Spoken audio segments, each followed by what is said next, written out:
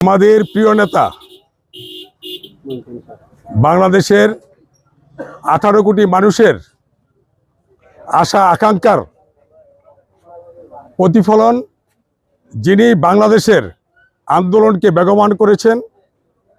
আপনারা সকলেই জানেন যে উনি বহির্বিশ্বে যে আন্তর্জাতিক গণমাধ্যম এবং মিডিয়াগুলোর সাথে কথা বলেছেন।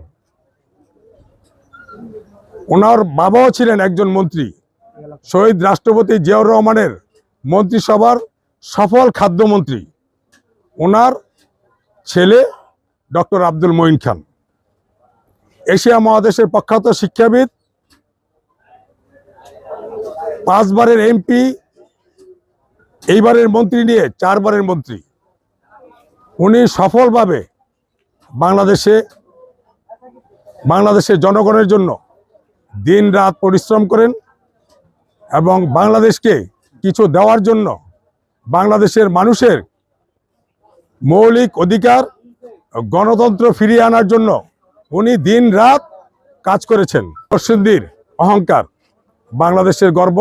আমি মনে করি সারা বাংলাদেশের একটা সম্পদ ডক্টর আব্দুল মঈন খান স্যার। উনি নরসিংদীর কৃতি সন্তান।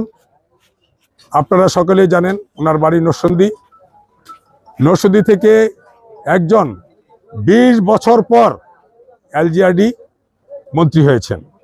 এটা আমাদের নরসিংদীবাসীর জন্য গর্বের বিষয়। আমরা সফল, নরসিংদীবাসী সার্থক। সেজন্য আজকে জনগণের মাঝে আমরা মিষ্টিটা বিতরণ করছি। আমরা সারা নরসিংদী বাজারে মিষ্টি বিতরণ করছি। আমাদের আকাঙ্ক্ষিত ব্যক্তি, নরসিংদী মানুষের আকাঙ্ক্ষিত ব্যক্তি, স্থানীয় সরকার পল্লী উন্নয়ন সমবায় মন্ত্রী হিসাবে শপথ গ্রহণ করেছেন। এই সংবাদ পাওয়ার পরেই আমরা মিষ্টি বিতরণ করছি। নরসিংদী মানুষের অনেক আশা আকাঙ্ক্ষা। সর্বপ্রথম আশা আকাঙ্ক্ষা হলো আইন শৃঙ্খলা পরিস্থিতি, মাদকের প্রভাব নষ্ট করা এবং চাঁদাবাজদের রুখতে হবে। এই চিন্তা চেতনার ভিত্তি দিয়ে আমরা ডক্টর আব্দুল মঈন খানকে মনে করি।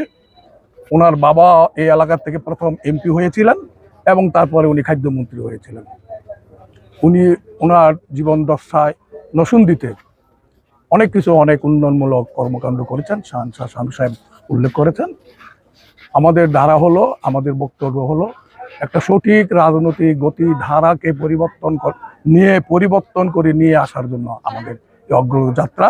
আমাদের বিশ্বাস ডক্টর আব্দুল মঈন খানের নেতৃত্বে একটা নতুন ধারার আবির্ভূত হবে।